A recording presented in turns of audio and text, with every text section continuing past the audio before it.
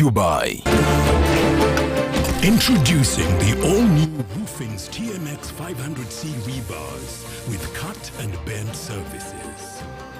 Roofing's, strength of a nation. When you talk about our motherland Uganda, the pearl of Africa, you cannot fail to smile because of the smile that fills the faces of the citizens. Our nice good weather and nature that sustains us all, that enables us all to continue each in their own way, because we are all different even according to each individual's work. But what joins us to become one person is the sweetness from the flavored drink Alleluia Jingati drink and Alleluia Tamarind drink. The flavor that quenches your thirst while at the same time treating and healing your body because it is 100% natural. Enjoy the drink that has got the tamarind juice in it. Made by Alleluia Reflexology, Healthy Solutions and Nutritional Research Center Limited. Get yourself a bottle of Alleluia from all shops around.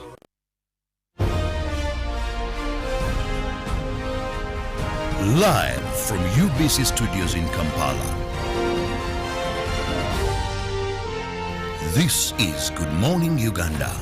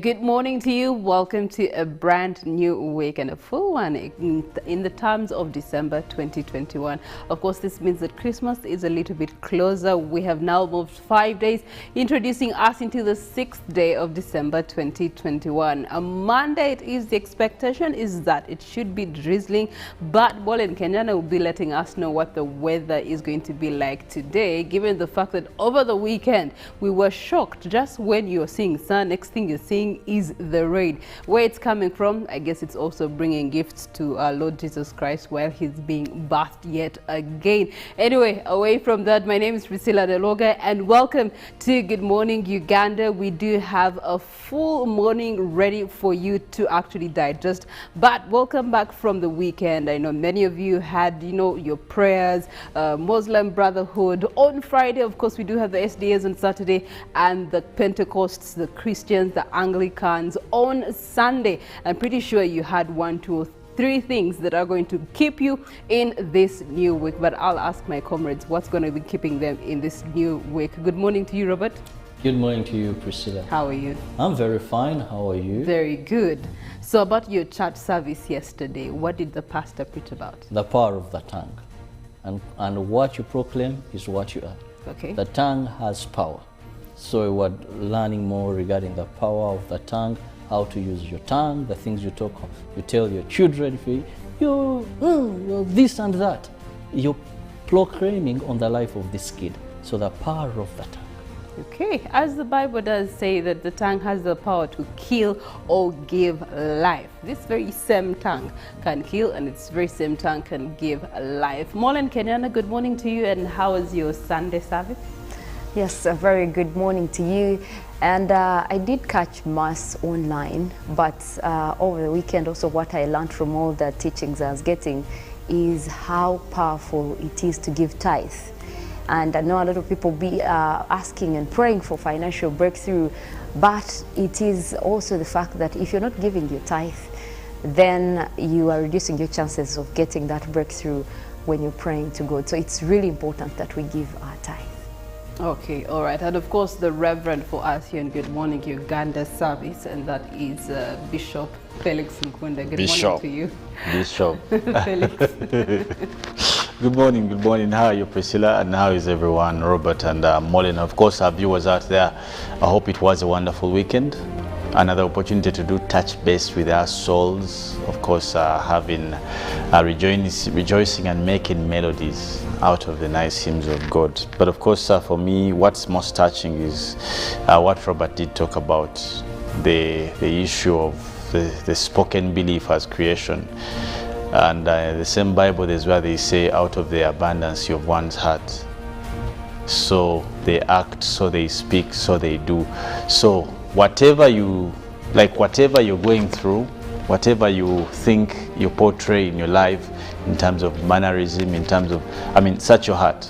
Because from the abundance of your heart, if your heart is full of love, you will speak love, you will give love. If your heart is full of hate, vengeance, whatever it is, evil deeds, definitely that's what would spring out of your mouth. So when Robert brings that into context as one of the things that he piqued interest in over the weekend, I guess it makes relevant sense in these times, what we call also holiday times or festive season. Okay, all right. Well, we will leave you with that word of memory this morning. The power of the tongue. Mind what you say, either negative or positive. It is going to plant a seed, which seed will bear fruit, and which fruit you will have to suffer the consequences or enjoy the consequences thereof. But here in Good Morning Uganda, of course, we do have to give you a recap of what's been taking place in the last 24 to 48 hours, both on the local scene and the international scene. And we'll begin with a very interesting story which makes it mandatory that come January 1st next year, no one will be allowed to own more than one boat on the waters of Lake Victoria. If you're in this sector, strictly you will own one boat, where effective 1st January 2022, no fishermen on any Uganda water body will be allowed to own more than one boat. The move is aimed at promoting equality among fishing communities, comes at a time when all fishing licenses are due to expire. Addressing fishermen in the island district of Kalangala, the State Minister for Fisheries, Elena Doa, said this will promote sanity and relieve the country of illegal fishing. This prayer was met to make smooth a mission aimed at easing tension among the fishermen in the island district of Kalangala. It appeared a long-awaited moment for the fishermen to open the Book of Lamentations. Top among the concerns were the alleged mistreatment by the Fisheries Protection Unit of UPDF, something some area leaders partly agreed with. In response, Derek Kaija, the commander of Fisheries Protection Unit, cited illegal fishing using substandard nets and boats as the reason for UPDF's involvement in the sector. As the team headed to Misonzi, another landing site in Kyamuswa constituency, there was a lot to take home from the day's engagement. The fishing licenses are due to expire at the end of December 2021. According to Helena Doa, no fisherman will be allowed to own then more than one boat, as the license renewal will take shape.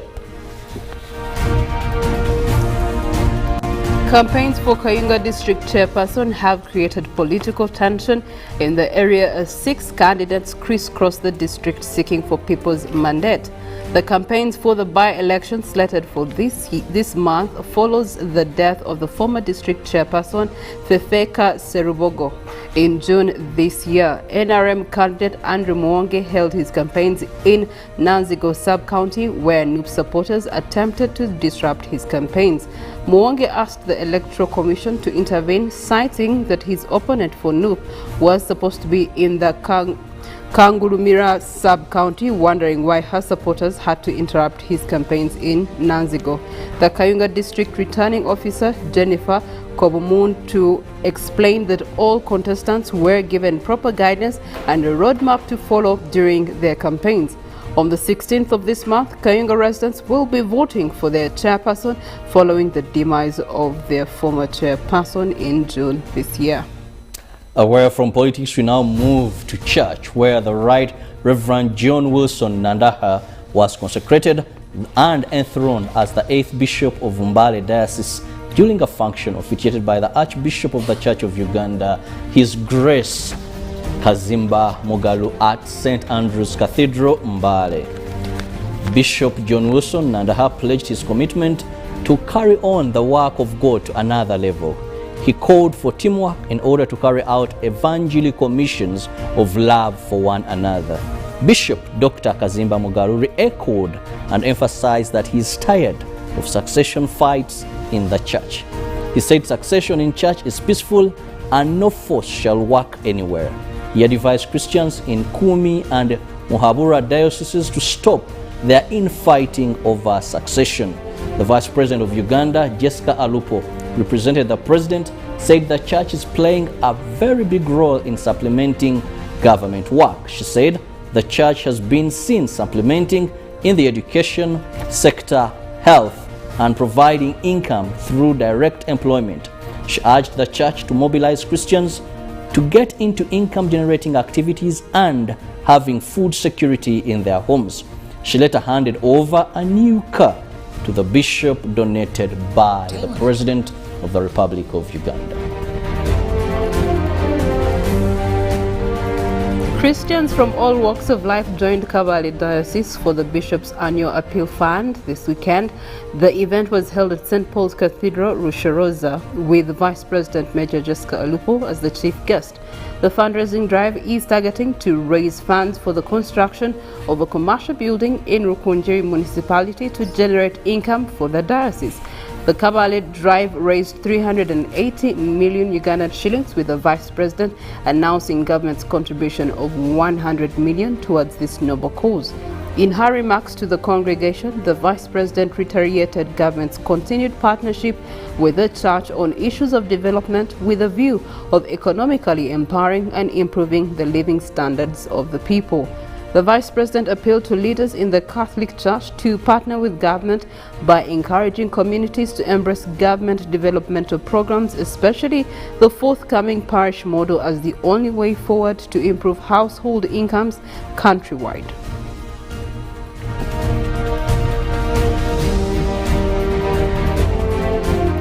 And now for our international news. Now, protesters in Belgium have also clashed with police against such attacks. And Belgian police fired water cannons on Sunday to disperse protesters opposed to compulsory health measures against the coronavirus pandemic. Some 8,000 people marched through Brussels towards the headquarters of the European Union, chanting freedom and letting off fireworks. Now, the crowds was smaller than at least the 3,500 vaccine lockdown skeptics who marched last month. Protesters were blocked from reaching the roundabout side the EU headquarters by the boarded wire barricades and lines of rioters' officers. Now, as two drones and helicopters circled overhead, they threw fireworks and beer cans. Police responded with water cannons and tear gas. As the crowd dispersed into smaller groups around the European quarters, there were more clashes and some set fire to barricades of rubbish.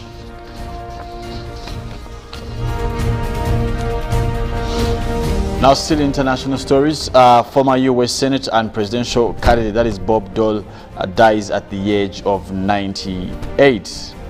Well, Bob Dole who overcame disabling war wounds to become a sharp-tongued Senate leader from Kansas, a Republican presidential candidate, and then a symbol and celebrant of his dwindling generation of the World War II veterans has died. Now, he was 98 years of age. His wife Elizabeth Dole posted the announcement Sunday on Twitter. He said Dole announced in February 2021 that he had been diagnosed with stage 4 lung cancer during his 39-year career on Capitol Hill.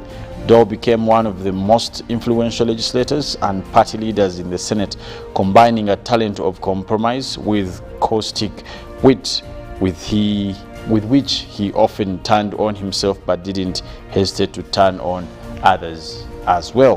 He shaped tax policy, foreign policy, farm and nutrition programs, rights to the disabled, ensuring the protections against discrimination in employment, education, public service in American and with Disabilities Act. Today's accessible government offices and national parks, sidewalks, ramp and the sign language interpreters at the official local events are just some of the more visible hallmarks of his known legacy.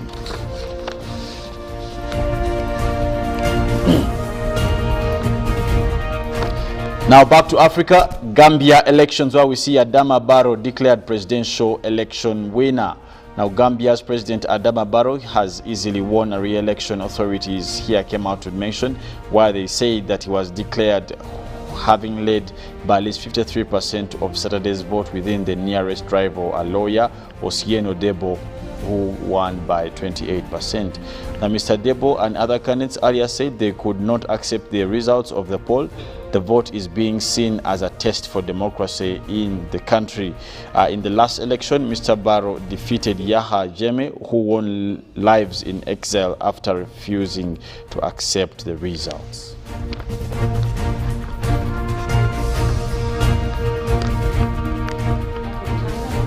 His bank's second largest financier of products linked to rainforest deforestation.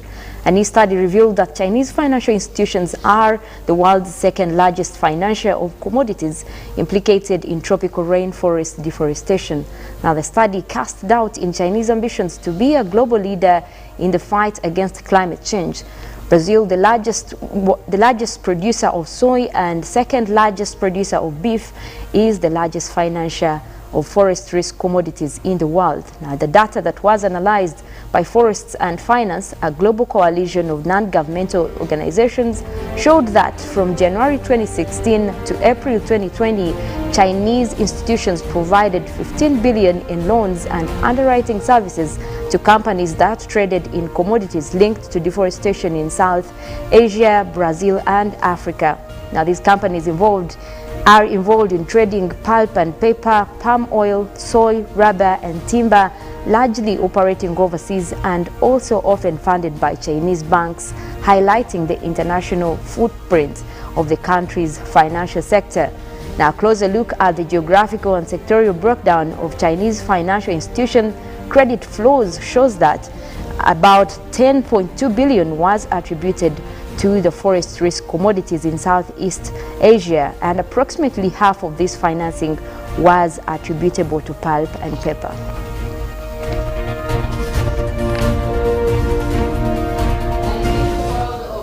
Of course, locally we did have the FUFA Airtel Awards, where you did have Poposi Biaruhanga and also Fauzia Najemba walking away with the best player of the year in male and the female category, something Ruben Pima Chibirango will be here to give us an update into, as well as on the international scene. The race for the top two between Manchester City and Chelsea got tighter, and now City happens to be on the top. But the biggest competition of the weekend was the Saudi Arabian Grand Prix, where you did have the tight race between Lewis Hamilton and Max Verstappen. And yes, I was having a chat with my cousin who is abroad, and at one point he had to tell me, Priscilla, I can't talk to you right now, Formula One has started. He's like, okay, all right.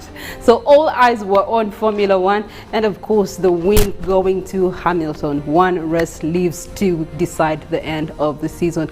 All that will be here for a sports update with Ruben Pima Chibirango. But we do have a poll question for this morning. And as our poll question does come to you, of course, we just want to remind you that your health is your wealth. Isn't that so, Robert? And definitely, Hallelujah Reflexology have a product that is Hallelujah Ginger Tea and Hallelujah Turmeric that are there for you to boost your immune system. What they do, apart from being tasty, and of course you'll enjoy them, is the fact that they help your body fight diseases. So just go to any nearest supermarket, any shop, and grab yourself one at just 1,500. It can also be a Christmas gift as you head back or as you visit everyone, and just give them Hallelujah. They'll greatly remember you. All right. What should you be expecting from Good Morning Uganda this Monday morning? Well, we do have a newsreel in which we're going to have a topical discussion regarding Felix.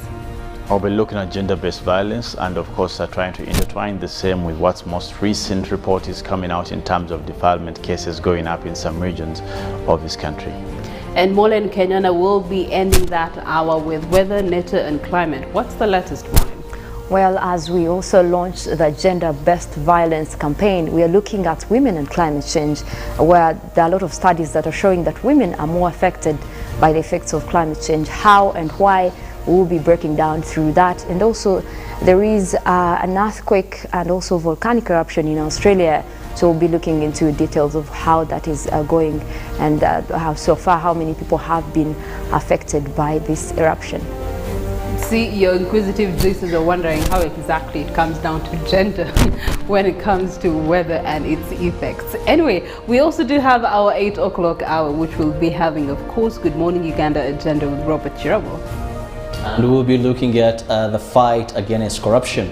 9th December is Anti-Corruption Day globally. So we'll be having a guest in studios with whom we'll be discussing. But also, research has shown that women are less corrupt compared to men. Wow, there's a lot of related conversations about women in Good Morning Uganda this morning. Well, stay put, and our poll question this morning is going to be around the same thing, more or less. And that will be, how can we reduce gender-based violence in homes, workplaces and education institutions? Of course, share with us on our Twitter handle, #UBCGMU. On our WhatsApp number is 0709 60 25 92. How can we reduce gender-based violence in homes, workplaces and education institutions? Okay, all right. Well, we definitely know there's that whole of inferior complexity that does apply to such conversations. But at the end of the day, we must be able to talk and address the underlying issues of the causes of gender-based violence. Now, as we get into the break, just to remind you that it's December and you must get yourself a jab. If you have not yet gotten yourself a jab, I'm sure you have so many people now around you who can testify they are alive, they're kicking, and they survived their first and second jabs. So please go get yourself a jab at the nearest health center so that you too can be vaccinated against COVID-19 ahead of the promised reopening in January 2021. For now, allow us to go to the promised hour, 7 o'clock, leaving you with a song for the day.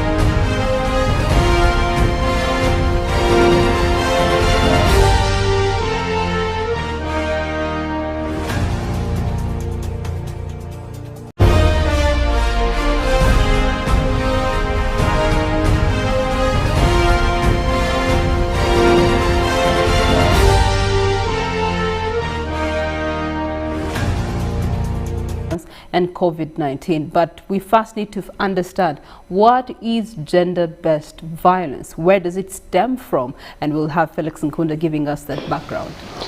Well, of course, when you do talk about gender-based violence, it's basically a social analogy that does bring into picture the inequalities that have been put in place, and by far not nature per se, but by far human activity and mannerism, and that would relate directly into connotations like culture, like religion, social status, education, definitely social background, economic inequalities, just to mention but a few. The existence of all the previously mentioned have continuously become the evidence of gender-based violence, where we have seen that people in some particular societies have accepted to be divided along those lines of some of the channels I've mentioned earlier. So when you talk about gender-based violence, is that there's an aspect of one being either female or male, for that matter, because the definition of gender up till today has only become that much so far. And if division, if violence, if segregation manifests, as I said earlier, in terms of socio-economic, religious, cultural, education, all of those ones is manifested along those lines. But not forgetting to put into play the aspect of violence. Violence in its own sense up till today has been defined widely, but if you are to take the most canon, which is the UN definition, is that causes apprehension in form of abuse that could either go towards assault, it could go towards it could be verbatim, it could be mannerism, it could be inequality. So violence in this sense has been widened. The scope up till today, actually, as we celebrate or as we take off these days to acknowledge that we still have this evil living with us, violence has been appreciated to take different formats up till today. For example, you look at violence in terms of inequality itself, access to the most relevant needs of livelihood, for example, health, for example, education, for example, food, for example, shelter. So that, in a nutshell, is basically what we are faced with if we decide to discuss gender-based violence. Okay, all right, thank you so much for that background. Now we want to then deeper analyze it in regards to culture that has been mentioned, religion that has been highlighted, as well as education. How exactly have these been contributing factors to gender-based violence when, quote in quote, they're supposed to be promoting harmony in society? Well, Priscilla, first I want to draw attention to how big this problem is to our country. We are in the 16 days of activism that is against sexual and gender-based violence. Remember, these days begin on the 25th of November until the 10th of December, which is International Human Rights Day. So globally, like you said, I think this is the 30th time, we are drawing attention to challenge, to fight, to end, that is gender-based violence and sexual violence. When we look at Uganda's case, looking at the recent crime report, you'll find that most of the crimes that had an increase was between 10 to 9%. But gender sexual violence, you find that we had an increase of 29%. It was the highest. And very unfortunate, last year we just had about 14,000 cases. But you find that only 900, that is where conviction was secured. So you find that the rest of these cases, that is actually only 10%, about 10% of that is 14,000 cases. So many people commit these offenses and they end up going free. Then if you are to monetize this, you find that according to the Ministry of Gender, Labour and Social Development, when they try to quantify this in terms of money, we lose 77 billion every year because of this form of inhuman act that is committed on specific gender. Going back now to the element of culture, first and foremost, we must understand that two things, and this is a bitter truth. that people fear to talk about: religion and culture. That when you're handling those grounds, you must be very, very careful, because people are deeply rooted into their cultures, and those people are deeply taken and believe in their faith. So when we still have these cultural practices, for example, marrying off young girls, in some culture, it is okay that once a woman begins a menstrual cycle, she has a body, she's good to go. But remember, this young girl, most of the times, has no right to speak, to determine her fate. And at the end of the day, they end up being vulnerable already, and then any exercise of gender-based violence. We have cultures that still believe beating women is normal. And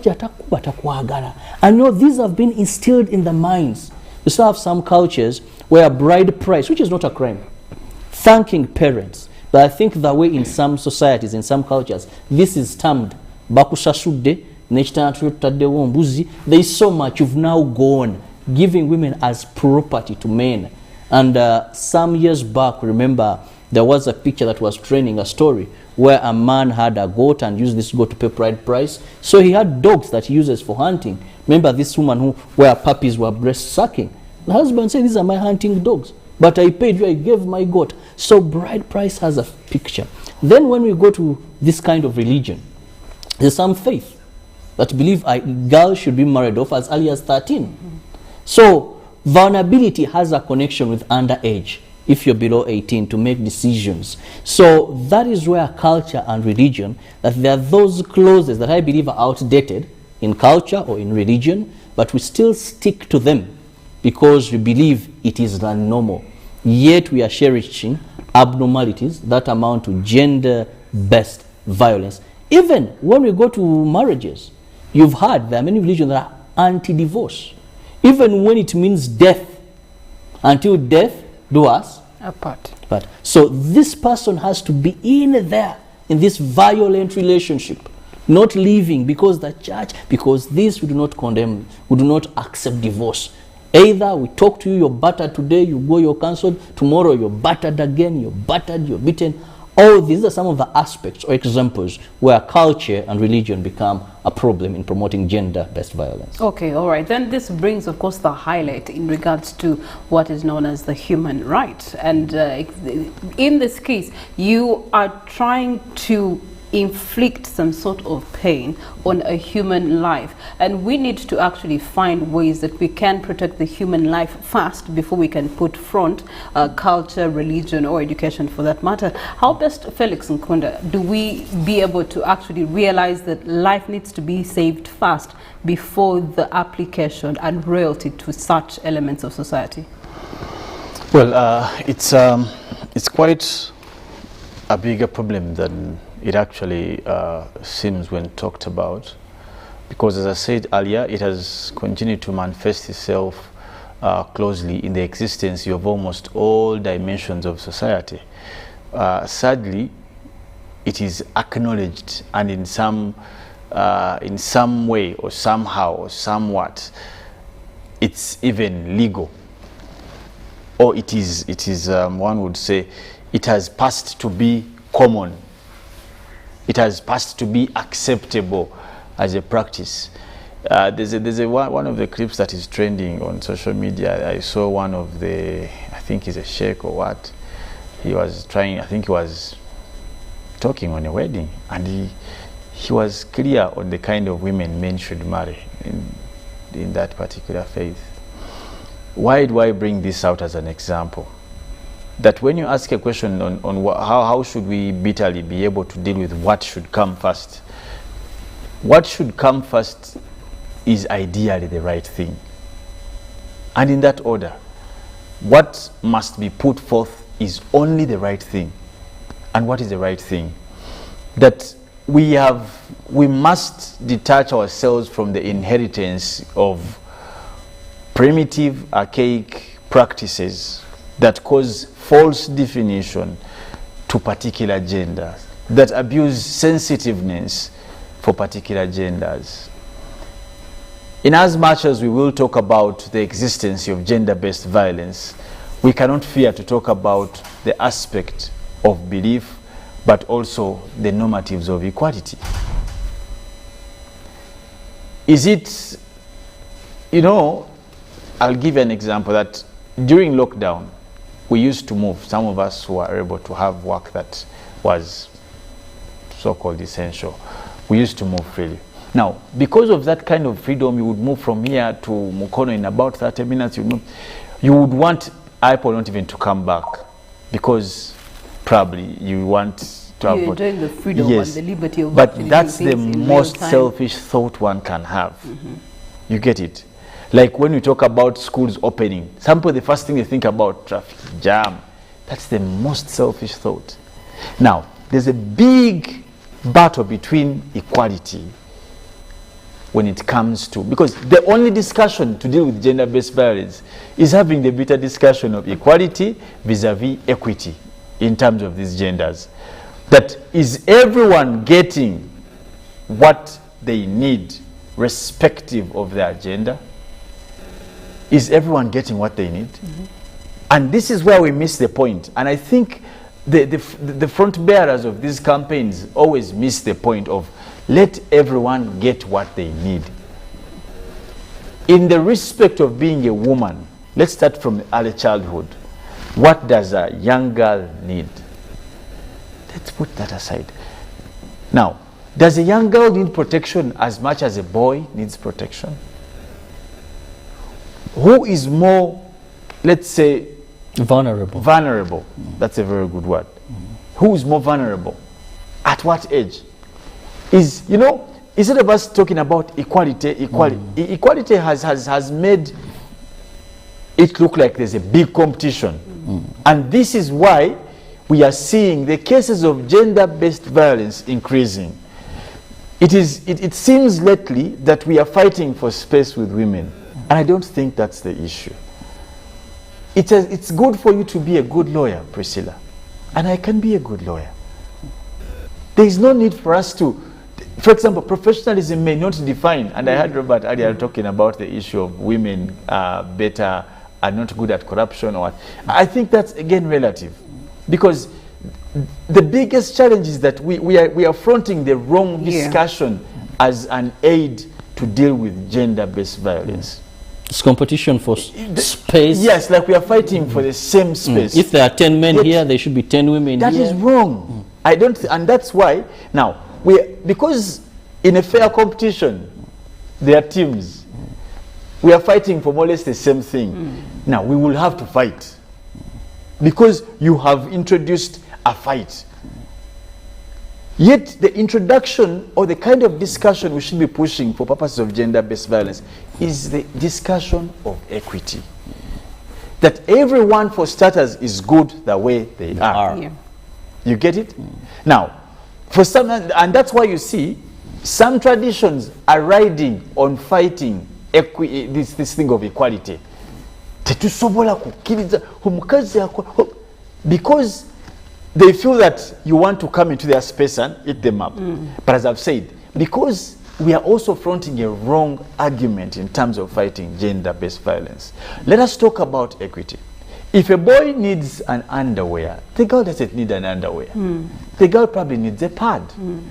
When you give a girl a pad, are you going to give the boy a pad because you want to talk about equality? But equity means let everyone stay in their lane and let's support them that way. With their For differences, example, support them with their differences. Exactly. Yeah. Have you had the discussions, the premarital discussions? In fact, they will scare you from getting into marriage if you're not determined. If you've heard the things they tell the women vis-a-vis the things they tell the men. Actually, the women are prepared more as the woman is being prepared. Yeah, but you see, they're prepared on the basis of the whole division of equality. That's the thing. Not equity. Yeah. That's the thing. For example, you have, I don't know if they are singers, okay, I won't take it to singers, but people who talk to people who are getting married, they tell them, Omukazi, for example, Bauta ina kusoka waka. Okay. The question is, let's imagine the woman is winning bread. You get the point. They will still tell you. It is in this country where you see that a man helping with housework. Abomination. Again, equity. Now, we have got, actually, a family would be at, let's say, in a spectrum of 10, would be at about 9, but it is stuck at 2 because of the that whole competition. Even if the man is not good at winning the bread, they won't let the woman win it because... So we are having a wrong discussion in this whole fight. We are trying to tell women, if men are overbeating you, go to school. Again. Taekwondo. Exactly. I've had some people tell them what. Now, I have even a friend of mine, someone buys pepper spray. What are you preparing for? You tell a woman because you're having issues with your man, you know, even men, I don't want to put it only on women, even men are trained like, because of this whole fight, men have been trained to win over women. Really? Okay. Some of us are fathers of girls. Dr. Felix, something is very interesting. Because of this gender issue, I want to tell you there are so many women, there are so many men who are being battered out there. But they can't speak because it is a shame. That's true. How can a man come out and say, you see this? Again, because this of the same discussion, exactly. does not allow the There's men fear to You have breathe. to, you have to stomach that at whatever. And as I said earlier, Priscilla, gender-based violence does not only manifest in physical aspects. There's emotional. I'm telling you, financial, someone would rather slap career, you than take you through an emotional process. Psychological torture. I tell you. So, does this relate into the other story that we wanted to do earlier? Just in Masindi, we've had a registration of over 1,200 cases of defilement. Again, it's coming back to the same conversation that we're looking at here, of which many of those have been forced into early childhood marriage. Definitely. And parents are rather willing to sit down and have the negotiations with the perpetrators than actually report these cases to police and be shamed for not being able to maybe protect the girl child or be able to provide an environment that is safe for the girl child. First, why we see these incidents increasing, that's why I told you that out of 14,000, we had only 900 convictions. First is the fact that, you know, these issues to do with violence, the element of culture, that when your daughter is defiled, first it goes back to the mother. So there's that shame that comes. Then second, the issue of poverty as well, that a person who defiles find it very easy to compensate. Then also, I think Felix will agree with me on this, this long time of handling cases in the judiciary. Yes, one would say cases as good as the facts, but also some of the ingredients to make up these cases. There is so much ignorance among the people.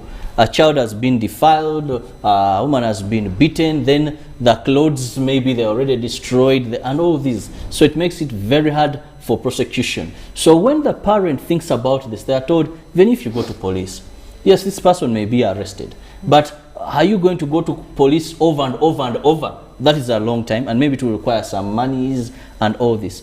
So what is simple? Yes, the girl has been defiled, maybe even conceived. The best you can do is marry her off. So this family sits, brings bride price, and it's done and dusted. So if we could address one, the element of the law, because Uganda have a very good law when it comes to defilement, even causing body harm to a person, you know, is a very big offense in our laws. But what happens? How do we ensure these cases are expedited? How do we ensure we have an easy way to run these cases? Second, how do we fight ignorance? Because most of these issues shrive on the fact of ignorance. That when your husband beats you, Priscilla, your singer will tell you, so you think it is normal. So ignorance, the law element of it, then I think such cases can go handled and secure more convictions. So that a man knows, you mess with this young girl in terms of defilement, that is clear jail sentence, life imprisonment. Why are we failing to continuously see the application of the law in actually protecting society in this regard? You see, the law doesn't act in the vacuum. The law is exactly, it is consistently in existence with what society defines itself to be. It is as simple as that. The law cannot apply in the vacuum of it. It must apply with the confines of the society. One, the law is aided. The law is not sort of like it's a static object until you move it. And there are things that move the law. The likes of investigations, reporting, whistleblowing, all these things. So, not until all the other channels, the circumstantial aids, to the application of the law are put in place, we are going to be stuck to And that. the things you mentioned have been challenged by majorly two things. Of course, the economic status of the different communities. That is paramount. Poverty, then corruption also has Actually, when you look aided in the, it's the same thing. When you look at most of the incidences where they happen, you may find less of them in these high-end places. You may find less of them in these better districts. Actually, poverty-stricken families. This is where you find most of Robert. that is for mostly issues of defilement. Let me tell when you look at the report, cases where they show increase of these cases, you find them shocked so much into these places. To the bone, what happens in what you want to call urban rich. areas You will of be the shocked. country. Yeah. You know, the biggest challenge against sexual abuse, and I can give an example. Do you know how many people the likes of R. Kelly had abused by the time he has been arrested?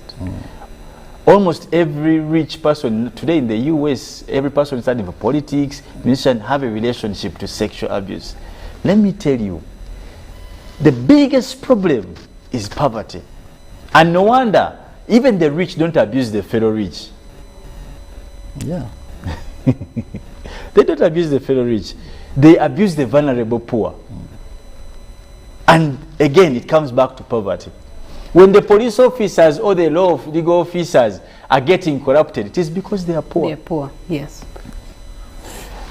And I can tell you, on a spectrum of 100 cases in third world countries, case handling, fine case handling, out of 100 cases, 80 or 90% of these cases shall be abused by poverty. The processes will be abused by poverty. Very true. When you talk about gender-based violence today, I'll tell you some of the major causes in Uganda and those that we have seen for other places we have gone, even for some of us who have done a bit of research.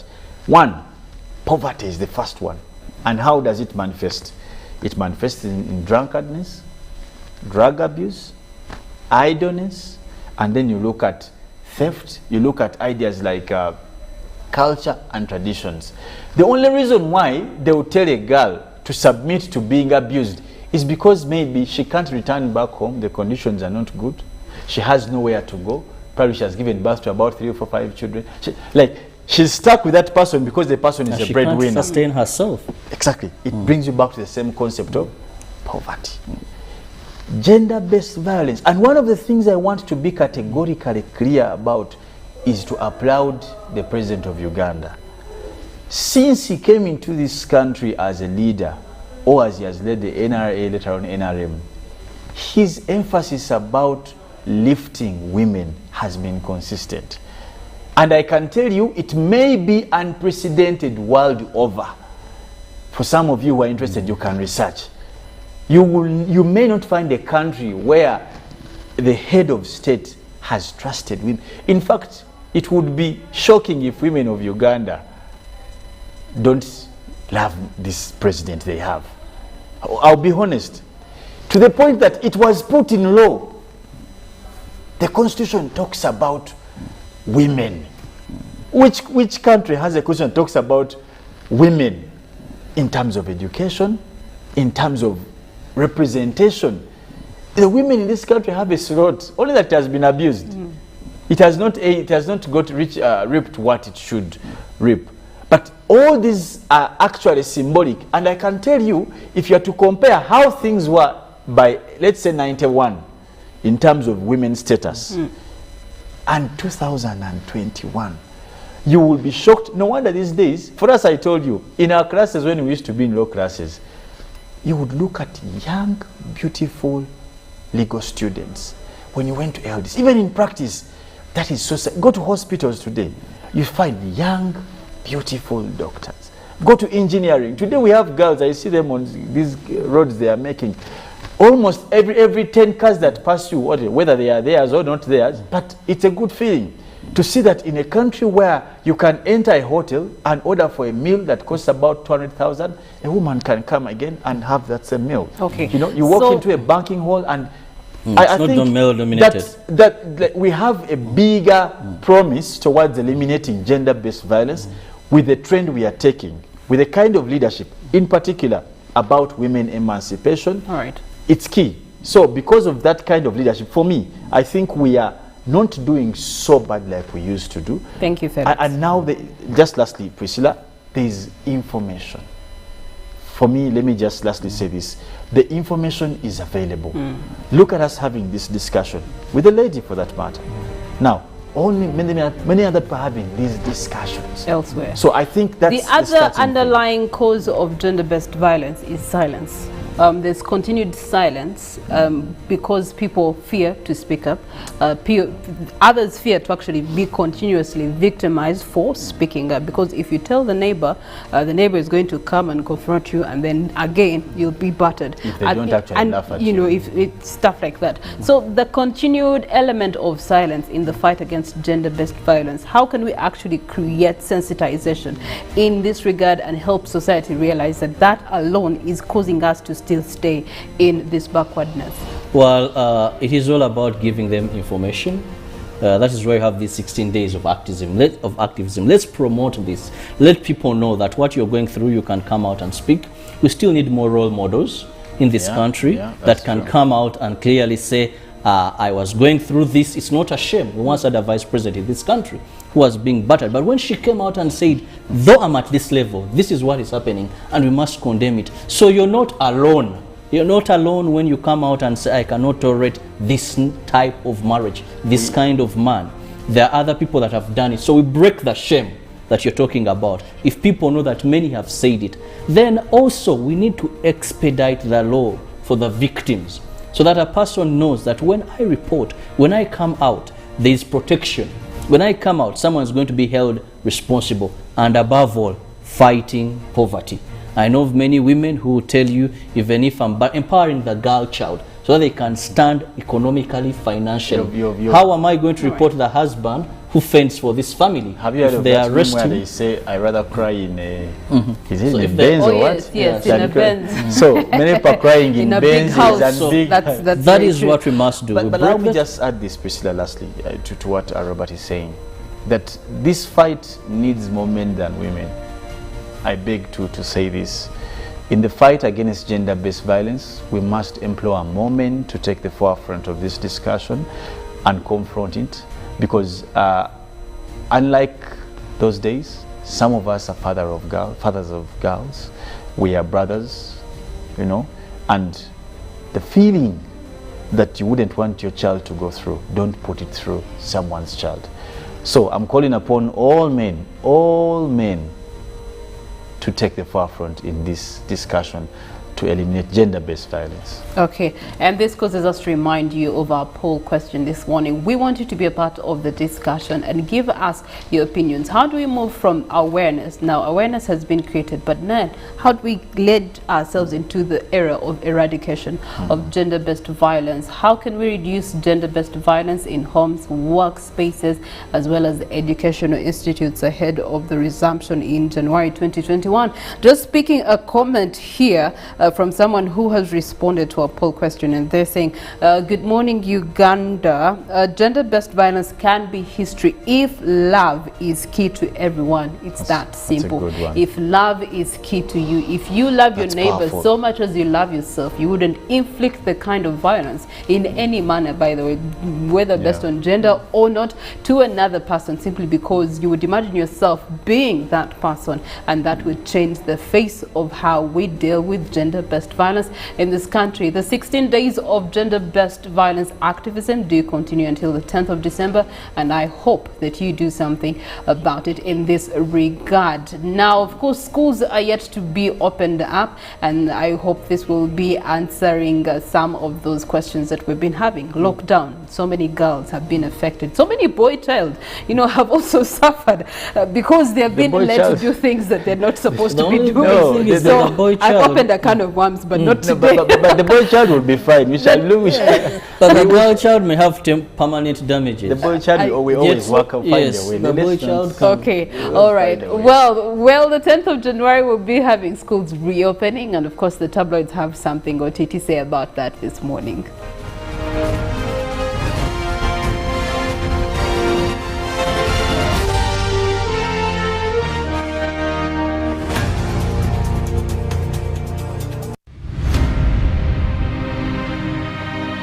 If you look at all sectors, Energy has an influence. Now, how do we build a model that is sustainable? We're making good investments and we're growing the sector. Our record under UEP had not been that very good. World Bank Group has been involved in Uganda electricity sector since the mid-2000s, where it has supported the government in very bold reform. The last 15 years we focused on the parameters that were set in our concession that was negotiated at the time. It took the best minds of Uganda to work on it and also the best minds internationally, because they had to plan for 20 years ahead. As remember, we have innovated over the period. We've rolled out cashless. We introduced payment metering, Yaka.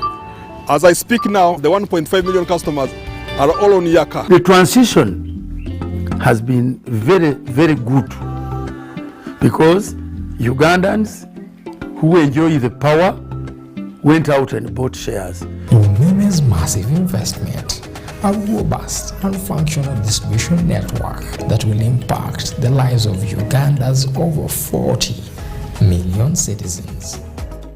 It's the festive season and we love it. And that means it's time to celebrate with GoTV. Come with me. So get your GoCoder and GoTV value for 25,000 shillings to watch with the whole family. And if you're feeling extra festive, upgrade to our best package yet, GoTV Super. Something to look forward to. Download the My GoTV app for more information. Super. We all deserve a super festive season. And with GoTV, there's every reason to love it. Patriotism is a feeling of love, devotion, and the willingness to sacrifice for one's country. I say no to corruption because I put my country first. I choose peace over violence because I put my country first. I love Uganda. I serve Uganda. I sacrifice for Uganda. I'm loyal to Uganda. I love myself. Be patriotic. Uganda first. This message is brought to you by the National Secretariat for Patriotism Co Uganda, Office of the President.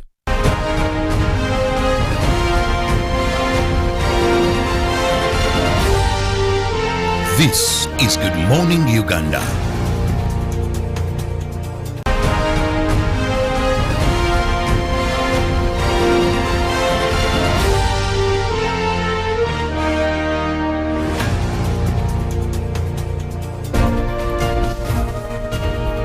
A lovely morning to you once again. Our main mission is to ensure that you kickstart your day with relevant information that you need, and of course make it a date with us here every weekday from 6:30. We are here to spice up your morning with some jokes, but also relevant information in the world of current affairs. It's the right time we look at what is trending in the dailies this morning. The new vision, ADF, that is captives, reveal new details. That is the ongoing war between Uganda and of course the ADF. We are trying to ensure that we eliminate and restore peace to the people of Uganda and Democratic Republic of Congo. 91 ADF surrender to Congolese forces. Rebel commander missing. That is according to the new vision this morning. Uganda Airlines to start direct flights to India, but also ex-Nakawa Naguru tenants to get 40 billion. We also see Museveni Defense Army involvement in government projects, but also don't forget this could be your breakthrough because the vision brings you over 390 jobs inside today's daily. Then for the education column, Senior 1 Mathematics, Senior 2 Biology, and Chemistry for Senior 3, and Physics as well. And with the Daily Monitor, no other army will join Congo battle, says government, and UPDF mute on details of the strikes, but also rough terrain, dense forests impede the infantry. Now also Nanda installed as Bishop of Mbale Diocese there. And of course, unprocessed food confiscated at Entebbe Airport, and 4 months on NGO contest suspension there in the Daily Monitor. Now, of course, in the Daily Nation, again, the 50 shillings doomed Mwingi bus ride, and of course, Muntai launches his manifesto for president, but also why Ruto wants Gachagua for DP, and she beat all odds to shine at that is NYS parade. In the same papers, again, you will see at only 10%. Kenya could miss the target to fully vaccinate 40% by end of year. Basically, that's what is trending in the papers, and of course more of that you will be able to see when you get yourself the dailies. And right now we want to look at what's happening on our roads. How do you get yourself to this beautiful city, Kampala, with Priscilla? Well, the beautiful city, of course, Monday morning is waking up to traffic jam in different hotspots. We want to look at Kawempe, Komamboga and Nansana and see how exactly that jam is actually building up. Now, when you look at the area code of Kawempe, you do have that Kawempe stretch that comes right through and connects to Sa Apollo Kagwa. Now, all the way from some of those trading centers in Kawempe, you get to see that traffic is picking up right from the division offices and into the heart of the city. And of course, there's so many contributing factors to this traffic jam lately. Of course, the minor constructions that are happening en route, the Waise roundabout, and those are definitely affecting the flow of traffic jam in some hotspots of Kawempe. But away from that, of course, you also do have a contributing factor there of so many feeder roads on the entire main route, and that also does contribute to the flow of traffic. Now into Waise roundabout, where you do have the interaction of the Kampala Northern Bypass, you do have Kawempe bringing in traffic, and also Sa Apollo Kagwa bringing in and taking out traffic, as well as the areas of Wandegere and also Makere Kavule. You get to see that the Waise roundabout is also having red zones, especially from Kawempe, and also red zones for traffic that is coming in from the likes of the Kampala Northern Bypass. And equally, you do have traffic that is coming in from Makerere, Kavule, and also traffic that is coming in from Sa Apollo Kagwa. So that interaction there is actually rather slow than motion-wise, and that is definitely the reason as to why you're having lots of challenges for people that are moving within that territory. Now, you do have another connecting route that connects you through Naweru and does bring you into the area code of Nansana. That is another place that is having a lot of red zones this morning, right from the URN Nansana branch, or where you do have Nexus Resorts Hotel in Nansana. You do have traffic jam that is building up on the entire route that matter and heading right into the Lusandri area code. Again, Lubiri G is also having lots of traffic jam, and that pours into another roundabout here on Hoima Road and heading into the areas of Namungona as well as Kasubi. Those are different hotspots that you should be looking out for this morning. But away from that, we get to look at your responses to our poll question this morning. We do have a message that has come in from Obi from Masindi, and he has talked about everyone must be taken equally. Of course, we do have another message that is coming in saying that gender-based violence can be history if love is applied. We do have someone else who will say just people to get back to God, and that will be the answer to gender-based violence and respect to each other, as simple as that. Captain retired Chitaka Mayanja in Chivoga, thank you so much, and he's a Liverpool supporter. And then we do have another respondent here who says thank you for the show and the colleagues. This is Chasho Fred from Sironko District watching direct about the gender-based violence culture. When you get married, stay there, hook or crook, stay married. That is culture. That's what it says to the young girls and boys out there. When you look at another application of gender-based violence, men's superiority complex syndrome of I am stronger and more important than you in this family. You hear men warning women, I will beat you. Can you imagine? The other gap that is highlighted is the financial gap. Men tie women at home and stop them from working so that they can be able to dominate the financial stand, therefore dominate the women. The other element that has been highlighted is weak punishment for the ones practicing gender-based violence. A man batters the wife and no one does anything about it. And government, where are you? Sexual violence is at its peak just because there's usually no evidence and no witnesses. Cases get to die out just like that.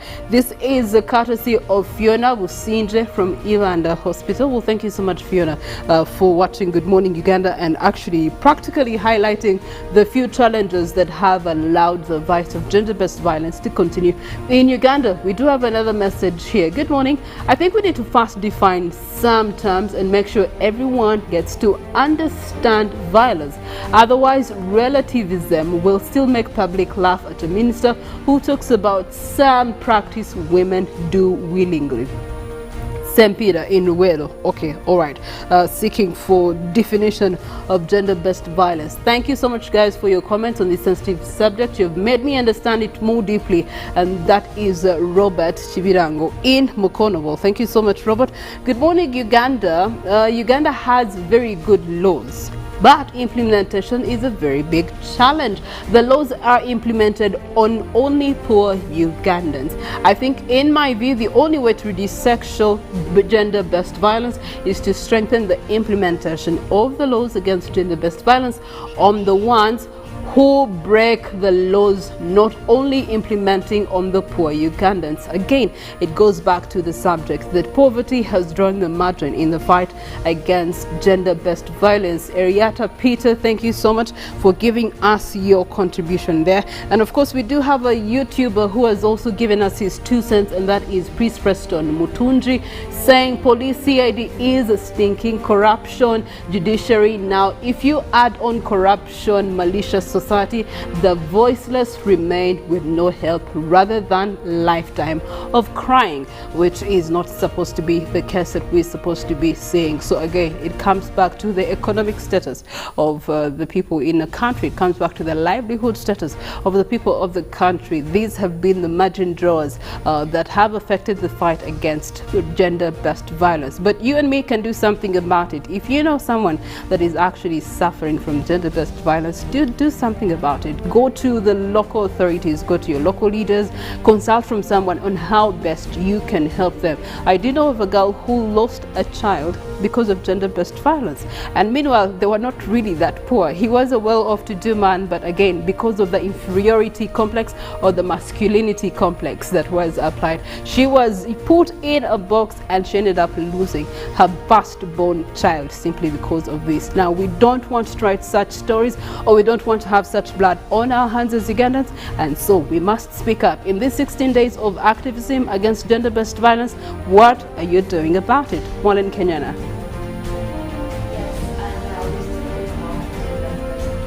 And this has been really a big talk even to big organizations that are giving support. But I do think that, Priscilla, as we look at this topic, also we consider the fact that women are indeed heads of homes. You look at the fact that they raise kids. So if we are oppressing the women in terms of violence, then we are also making an effect on the children that they are raising. So I think that while we think about this, we also look at the children being raised by some of our mothers, really. Okay.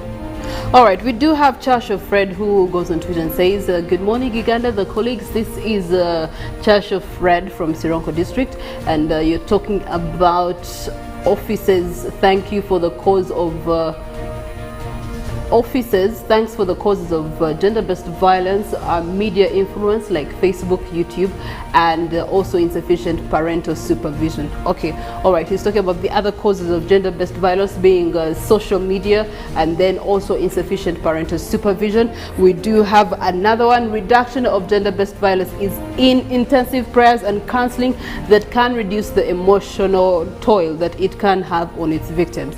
That's one of the other ways that gender-based violence can be dealt with. Well, I like what Fred is putting across. We need prayers, and we will never stop doing that, because guess what? Sometimes you need divine intervention for some of these issues to really come across. But ahead of looking at, as we launch the 16 days of activism against gender-based violence, we also want to take a look into the report that is connecting women and climate change. Well, there has been a few studies, but one coming in from climate trackers is indicating that some of the women that are indeed at the forefront of climate change effects, and from what we have seen, it looks like most of these effects are going for mostly the poor homes across all areas or corners of the world. And this is still something that we are worried about and very concerned. And one of the images actually coming in from climate trackers is indicating some of the women groups that were at the recent climate change conference in Glasgow, that is COP26. But also the report is saying at least 70% of the people facing effects of climate change are women. But how does this come across? You look at the fact that women at least head homes, 40% heading homes, and also they provide the biggest manpower, that is workforce, in terms of the activities that are being done, especially in those vulnerable homes. So the women are working hard, but we also look at the fact that only like 10% of the women own these home lands.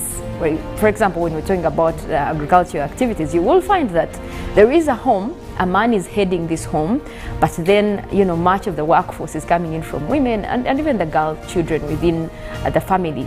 But guess what? They do not own these farms. So that means that to the extent they are not even gaining. So after, you know, harvesting and whatever is sold, then the money goes back to the men, and the women are just left to carry on and carry on.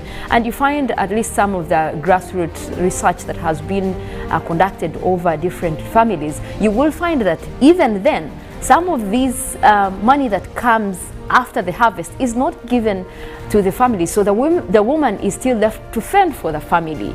And that is how it is coming across as being an effect to women. But also you look at the fact that women have little access to resources. Even they are not aware of how to deal with these changing patterns of climate change.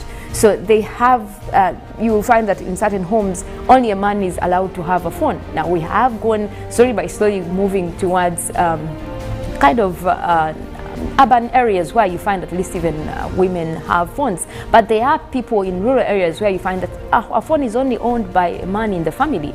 And so they are even unable to get any updates, even homes that own, you know, radios. So a man is moving around with this radio. So even when there is an announcement on the radio that says, hey, there is going to be changes in weather, you can easily cope like this, these women are not even listening to that kind of information. So they plant their crops, and, you know, before you know it, it is hit by this kind of extreme weather. Yet they could have gotten this information. Or there are campaigns that are looking at, you know, how they can actually go through such and such weather conditions, but they are unable to also get this information because men, some of these men that take on this kind of responsibility are taking away the little resources that women have to actually access this information. So that is where Climate Track Organization is actually coming in with such a report looking at the analysis. And these things are happening right here in our communities. But also we do have stories coming in from Australia. Now it is a developing story. There was a volcanic eruption over the weekend, and we are yet to get more details on that. Now what I also found interesting this morning is a story about fossil fuels, and specifically looking at Shell. Now this cartoon is coming from Cartoon Africa. They did show how Shell is coming to Africa, and this is the Royal Dutch institution, the Royal Dutch Shell company. They are carrying out oil exploration in South Africa, and now it shows, you know, the Shell coming, and then the South Africans are like, okay, here we are again, here we go again, colonizer or something. It's a funny one, but they are sending out a message, and this message is going directly to the people who still continue with fossil fuels. Now they have already started up surveys in exploring oil, that is to the southern province of South Africa, and they're already carrying out the seismic survey. Now this is going to be direct into the water, and what South Africans are worried about, especially the Greenpeace, because most of this was published by Greenpeace organization, is that while they are looking at exploring oil in the water, it has been reported in the past, like what we saw in Mauritius just a few months ago. There was oil spills again in the water. So they're worried about the fact that this could still bring about such effects, having oil spills within the water and also affecting marine life. Because what happens is that once these waves are created within the ocean, then it also poses a challenge to the marine life. And most of those species actually lose their lives to this kind of surveys. So South Africans are saying, no, we do not want this, stop doing this, and we are over it. So that campaign is still going on, and they have different petitions. And this is all geared to the fact that we just came from a conference that did advocate for us to move to renewable energy. But then when you see some of these, international companies now heading to Africa to take advantage of the fact that you need you need the money, of course. So instead of us focusing on moving to renewable and creating greener jobs, creating more renewable opportunities, we are going back to fossil fuels. So this is still posing a challenge, and I'm glad there are activism like the one carried out by Greenpeace to make sure that some of these things are stopped from happening before we see more catastrophic events from climate change. But away from climate change, we want to look at the weather that is happening across the country today. And from our satellites, we did see mostly cloudy conditions starting up this morning, and most of the areas that were covered with rainy conditions were actually across the Lake Victoria Basin. We did have that system that started up earlier, but that was only covering a few areas within the Lake Victoria Basin. And also we did start off with mostly cloudy weather that was across northern Uganda, but most areas did start off with at least sunny conditions. But we'll go ahead and take a look into the forecast that we have for you for different areas across the country this morning.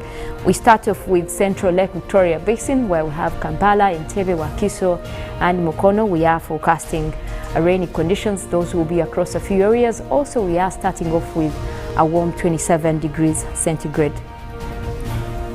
Now we look at central northern Uganda. That is where we have Gulu, we have Adjumani, Kitgum and Padel. We're forecasting sunny conditions, and also looking at a warm 28 degrees centigrade. Now that area is still dry, and you could still have those sunny conditions continuing into the afternoon.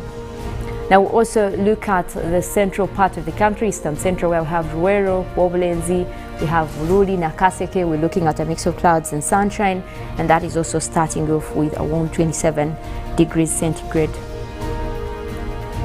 Now we look at eastern Uganda, where we have Soroti, Katakwi, Amoria, Kumi. We're looking at also a mix of clouds and sunshine, starting off hot as well with 28, and we're looking at also the lower 30s by afternoon. Those conditions will continue into the afternoon. It looks like that area won't be seeing rains at least for today. Now we look at eastern parts of Lake Victoria, where we have Tororo, Busia, Iganga and Jinja. We are forecasting isolated showers as well. Those will be across several places, starting off with a warm 27, but we also do expect that system to clear as we head into the afternoon. Now the Elgon region, where we have Mbale, Bududa, Boko and Sironko, we're forecasting those light rains again, starting off with a cool 25, and we're likely to have that system move into the afternoon, so that could actually cover most parts of the day.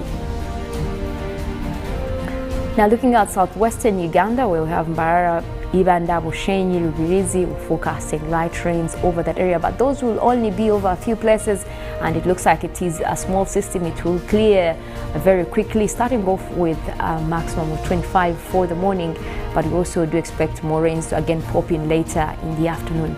At the western part of Lake Victoria, where we have Masaka, Kalisizo, Sembabule, Rakai, we do have those rains in the forecast, starting off with quite a pleasant 26 degrees centigrade. Also, that system will continue into the afternoon, so most likely we will be having those rains at least till evening hours. Now, what we're looking at mostly is that system in green that is headed towards the central part of Lake Victoria. Now, this is the system that did start off with rains, and this is already headed towards the islands of Kalangala, and it will be continuing. That is the one likely to bring us rains even for parts of Mukono, Jinja, Kampala, Wakiso. That is what we're looking at. Also expected to move towards the western side of Lake Victoria, so that is the system that will also be bringing us rains, especially across these parts of Masaka, Zimbabwe, Rengo, but elsewhere in the country you can see just open skies with grey colors, so that means we're having mostly sunny conditions. And for now also across Tororo, that area is starting to have a little bit of rains across a few areas, but we do expect that system to strengthen, bringing more rainy conditions over that area. Now looks like also southwestern Uganda is starting to drop those clouds. Those are the ones that will be developing into those light showers that we mentioned in the forecast. But it looks like the rest of Midwestern across Masindi, Fort Portal Lesotho is still just sunny for this morning, and also across Kabale we're looking at sunny skies, but we do expect at least more changes in the afternoon, where we will be expecting more rainy conditions at least over parts of Western Uganda. Well, that is it in terms of weather and nature. We'll be having Good Morning Uganda agenda coming up, but still you can keep up with the conversation that we have about gender-based violence on our Twitter handle, that is UBC TV Uganda, and also you can catch us online on YouTube. We are streaming live, that is UBC Television Uganda. Well, later after the agenda we will be having sports as well. Ruben is in the building and ready to take you through more of the updates also coming in about the Airtel FUFA awards that we had over the weekend, and more in the sports world. My name is Molin Kenyina. I want to wish you a good morning.